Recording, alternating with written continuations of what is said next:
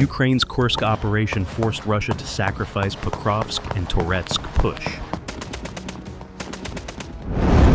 The Ukrainian forces started to shorten the front line in the salient with a controlled withdrawal, while the Russians continued their multi-vector offensive. Russian commanders decided to exploit the opportunity created by the halted American military aid and intelligence sharing with Ukraine and raise the tempo of their assaults.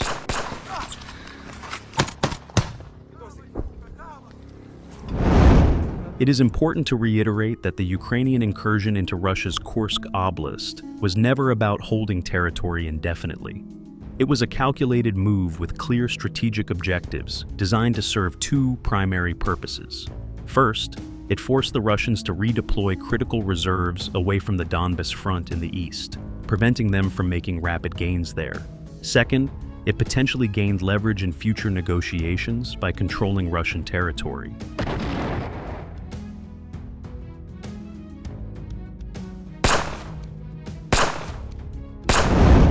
In recent weeks, Ukraine's ability to turn the tide in Donetsk Oblast has demonstrated the effectiveness of this course of action. The initial goal was to force the Russians to shift reserves away from their offensives in eastern Ukraine, particularly around Pokrovsk and Toretsk. Though the Russian commanders attempted to avoid this at first, pulling forces from Kharkiv and Kupiansk instead, and even bringing reinforcements from North Korea, it eventually became clear that additional troops were needed to push Ukrainians out of Kursk. One failed Russian counteroffensive after another led to the inevitable, and they ultimately had to sacrifice both their Pokrovsk and Toretsk offensives.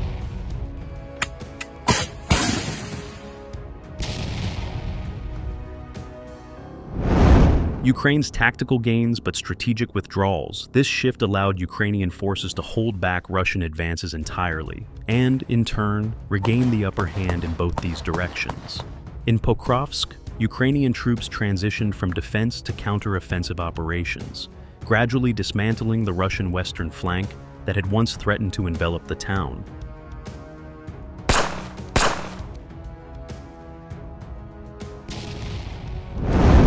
Meanwhile, in Toretsk, Ukraine leveraged its newfound breathing room to launch a series of raids that escalated into a full-blown pincer movement, nearly encircling Russian forces in the town's northwestern sector. Without the Kursk operation diverting Russian manpower and resources, these Ukrainian gains would have been significantly more complex, if not impossible, to achieve.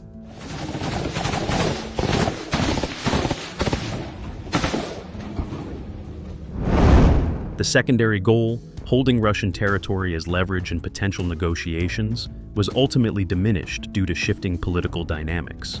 While controlling parts of Kursk Oblast would have pressured Russia in any peace talks, shifting U.S. foreign policy and cutting intelligence sharing with Ukraine fundamentally altered the equation. While the diplomatic goal has become less relevant in the face of these changes, the first goal of diverting forces away from Russian offensives in eastern Ukraine has been a resounding success.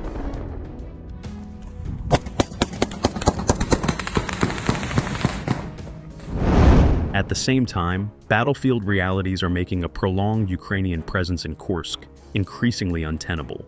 Russian forces gained several tactical and operational advantages, threatening the overall sustainability of the salient as they established fire control over key Ukrainian supply routes. Malaya Lokhnia lost its primary supply route due to Russian shelling, and with Russians moving into Lebedevka in the south, Ukrainian resupply efforts became even riskier.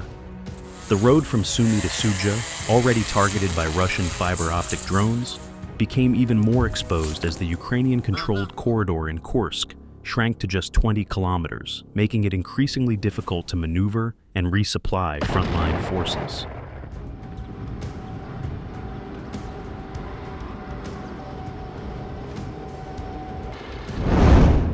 Ukraine is regrouping for the next phase of the war.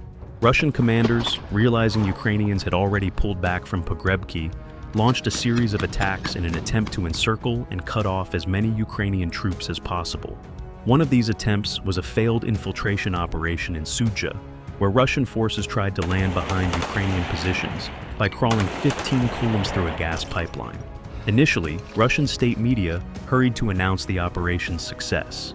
However, as more information surfaced, it became clear that Ukrainian drones had tracked the infiltrators, ambushed them, and destroyed them almost immediately, with Russian sources reporting that the survivors later suffocated due to toxic fumes.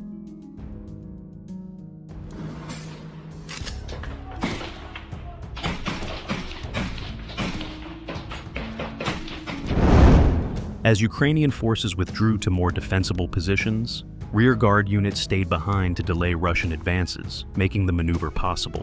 While most units withdrew in an orderly fashion, some of those who stayed behind were inevitably encircled. After a fierce fight and an unsuccessful rescue operation by Ukraine's intelligence directorate, several groups of trapped rearguard soldiers surrendered only after running out of grenades and fulfilling their mission of slowing the Russians down.